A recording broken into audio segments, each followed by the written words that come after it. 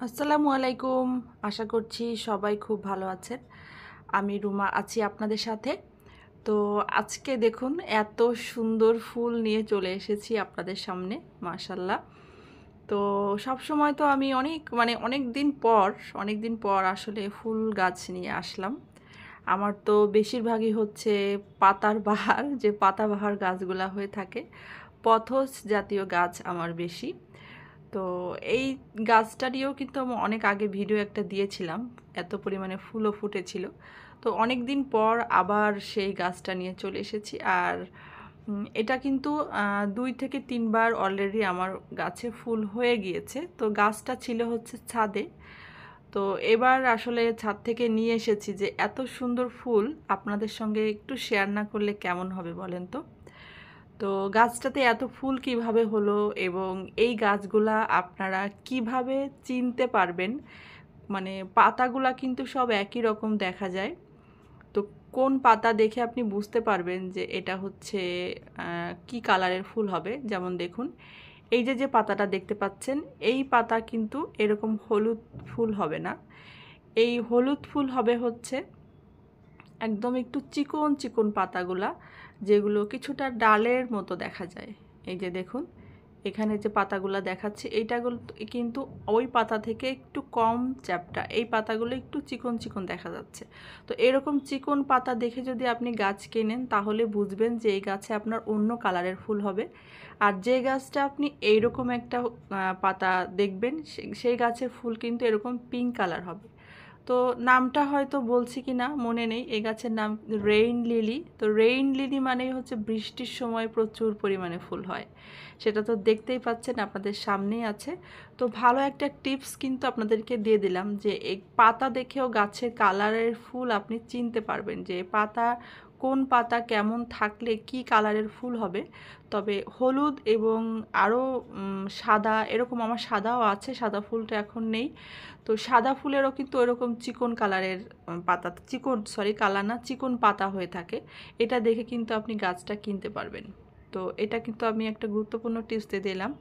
আশা করছি যখন গাছ কিনবেন আপনার নার্সারি থেকে, তখন এই জিনিসটা মাথায় রেখে কিনতে পারবেন। তো দেখুন কিভাবে ফুল হয়েছে।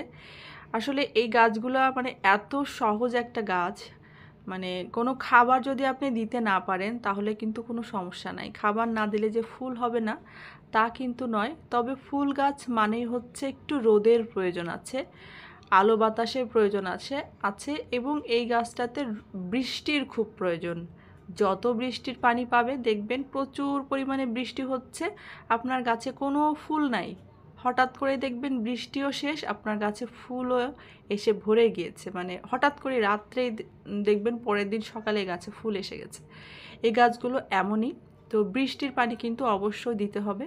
আবার অনেক সময় দেখা যায় এই গাছে কিন্তু ফুল আসতেই চায় না, তখন যদি সব ডালগুলা কেটে দেন, তাহলে কিন্তু খুব সহজেই ফুল আসবে।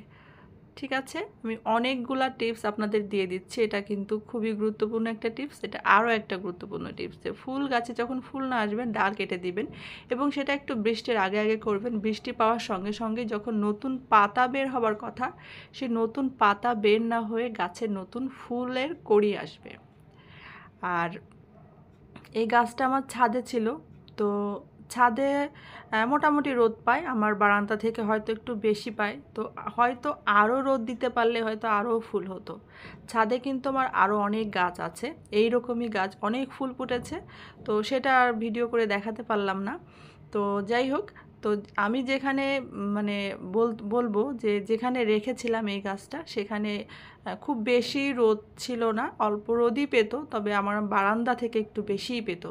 হয়তো এই কারণেই এত ফুল পেয়েছে। আর যেহেতু বাইরে ছিল, প্রচুর বৃষ্টির পানি পাচ্ছিল। আচ্ছা, তো এই গাছে আমি বেশ কিছুদিন আগে যে বললাম 2-3 বার আমার এই গাছে কিন্তু ফুল হয়ে গিয়েছে। তো তার আগে আমি এই গাছে দিয়েছিলাম হচ্ছে সরিষা খোল পচা সার। ঠিক আছে, সরিষা খোল পচা সার যদি আপনি এই গাছে দিতে পারেন, তাহলে কিন্তু এইভাবে ফুল পাবেন।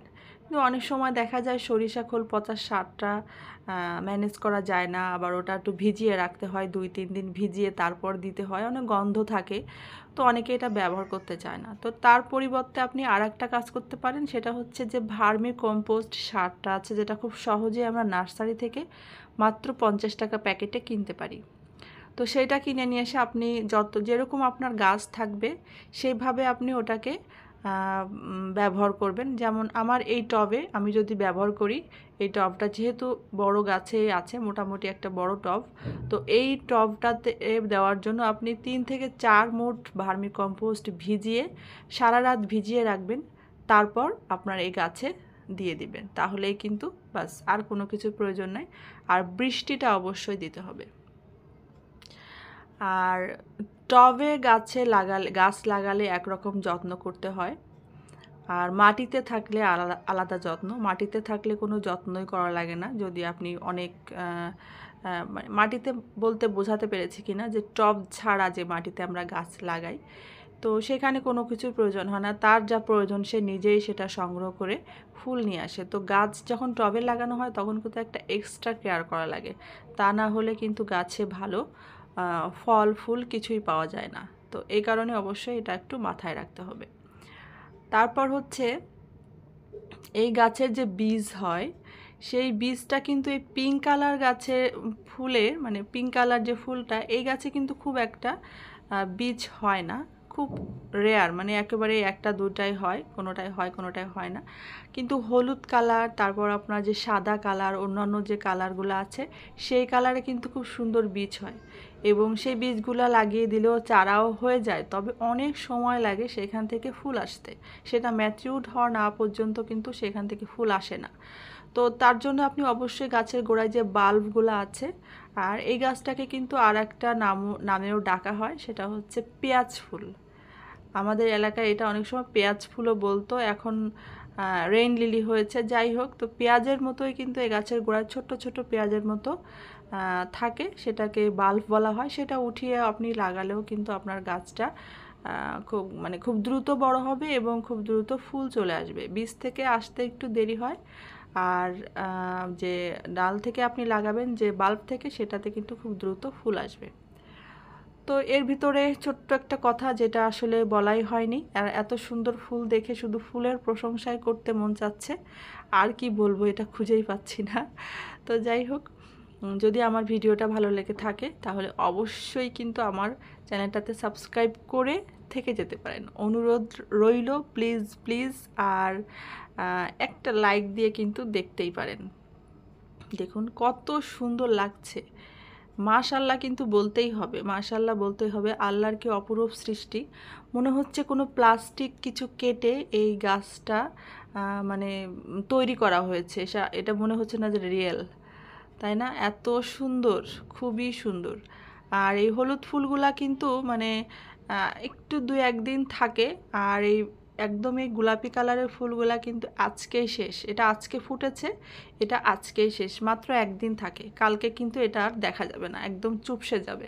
তো এত সুন্দর ফুল হয়তো আরও কিছুদিন থাকলে মনে হয় ভালো লাগতো, কিছুদিন বলতে 2-3 দিন কিংবা 3-4 দিন থাকলেই মানে খুব ভালো লাগতো। তো আমার এই গাছে যখন ফুল হয়ে যায় তখন কিন্তু এটা আমি বা সব উঠিয়ে ফেলি টান দিয়ে, যে ডালগুলা থাকে। আমার মনে হয় যে ডালগুলা উঠিয়ে ফেললে আবার নতুন করে ফুল আসে, অথবা কেটে ফেলি আমি। তো কেটে ফেললেও কিন্তু ভালো একটা ফল পাওয়া যায়, আগেই বললাম। তো এই বৃষ্টির সময় এই ফুল গাছগুলো থাকলে আপনার বারান্দায় অথবা আপনার যে কোনো ছাদ বাগানে থাকলে কিন্তু অসম্ভব সুন্দর লাগবে। তো সবাই খুব ভালো থাকবেন, সবাইকে অসংখ্য ধন্যবাদ। আল্লাহ হাফেজ।